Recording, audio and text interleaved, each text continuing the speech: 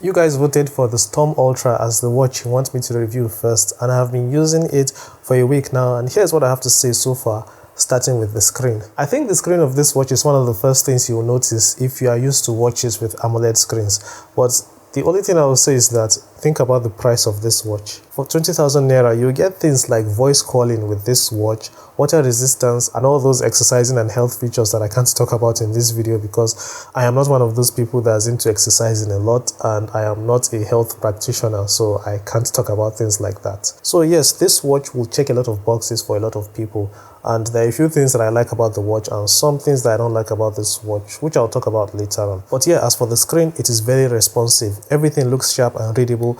Brightness is good, even outdoors under the sun. And to be honest, I've not found myself accidentally tapping anything while I'm interacting with the watch.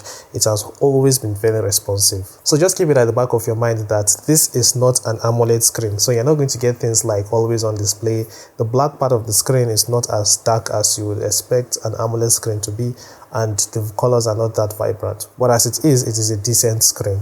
One of the first things that I noticed, besides the fact that it is not an AMOLED screen, is that you cannot manually turn off the screen. You know, most watches that I've used, from my experience, you can either cover the screen to turn it off or just press a button to turn it off. With the Storm Ultra, there is no option to do that. You have to wait for the screen to turn off by itself.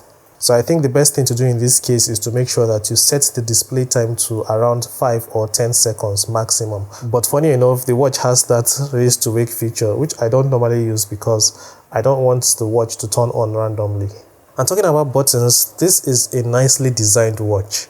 I like how you can charge the watch and be able to keep it on the side where the speaker is. The right side is where the buttons are and the microphone. The round button is the power button, and I was actually impressed that spinning it controls the watch. As for the second button, I wish they made it customizable to do other things, but they set it up to be the sports button, so if you tap it once, you'll see all those sports options, and if you long press the button, it will bring up power saving mode. Honestly, you probably won't even need to activate power saving mode unless you don't intend to charge the watch for a long period of time, because it's been 4 days since I charged the watch and it is currently at 58%. Sadly, the watch doesn't give you an accurate reading, so you have to check the app for that, and that's something I do not like about the watch. And another thing I don't like is that when you are charging the watch, it doesn't show you the battery level of the watch. It only lets you know when it is full. I don't know why they made the watch in a way that you can't see the battery life on the watch itself. It won't give you an accurate reading. I don't really know what they are trying to hide.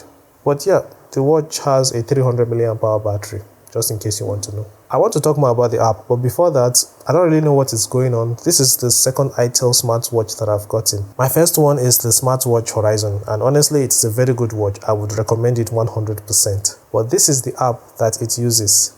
And here is the Storm Ultra, and this is the app it uses. I don't understand. Thank God phones today have more space compared to phones that we were using back in 2015 that had 16 gigs or 32 gigs of space. Because if this is the direction Itel is going, you know, every watch will have its app, then people will run out of space on their phones. Maybe I should even test the Horizon with the app for this watch. I'll do that later.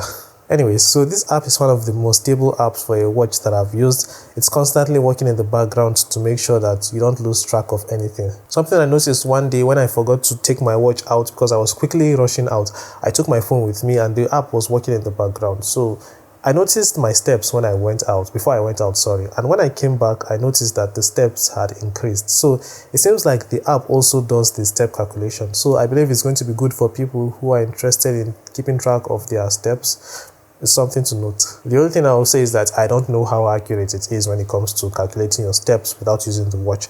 I'm not even sure if the watch itself is accurate, but it does all that step counting stuff. Alright, so back to the app. And from the app, you can do a lot of settings. I'll probably make a separate video talking about all the settings you can do, because if I do that in this video, it's going to be too long. But one of the first things I want to talk about is the AI watch faces. So you can just describe a picture you want, and the watch will do its best to generate one for you.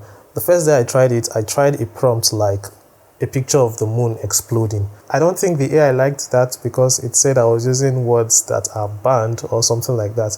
In the end, the image was not generated, but I believe with this tool, you'll be able to generate nice looking AI images for your watch face. Alright, so two things I'll talk about that you can do directly from the app is notifications and contacts. I like how the notifications are on the watch, and from the app you'll be able to select the apps you want to get notifications from.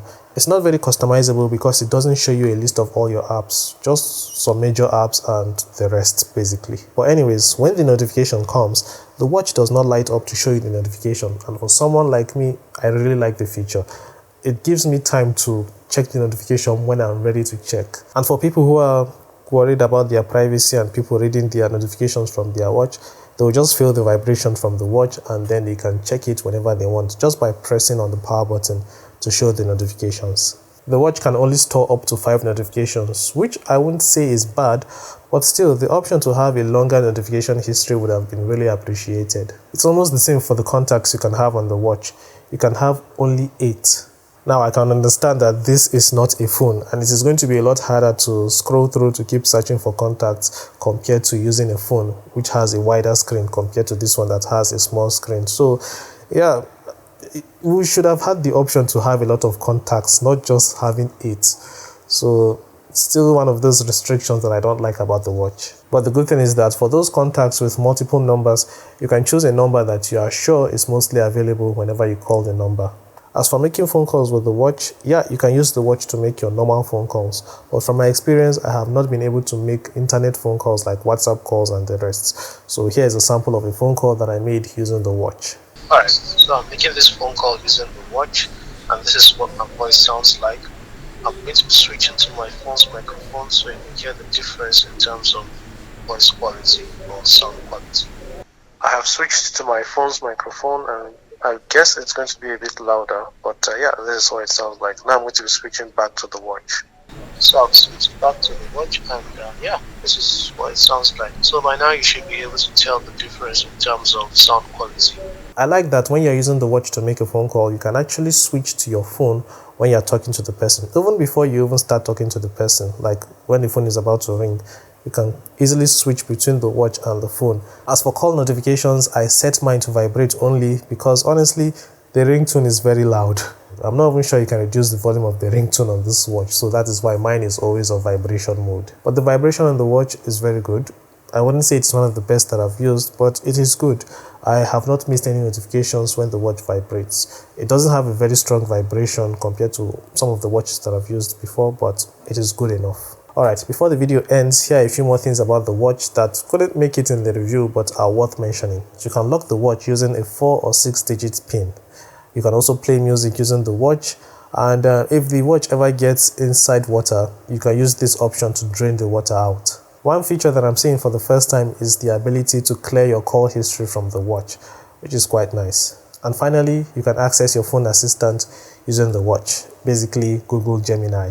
So that's the review for this watch. Please like the video if you enjoyed it and share your thoughts in the comments. I'll be seeing you in the next video. Ask me any questions you have, and yeah, take care and bye-bye.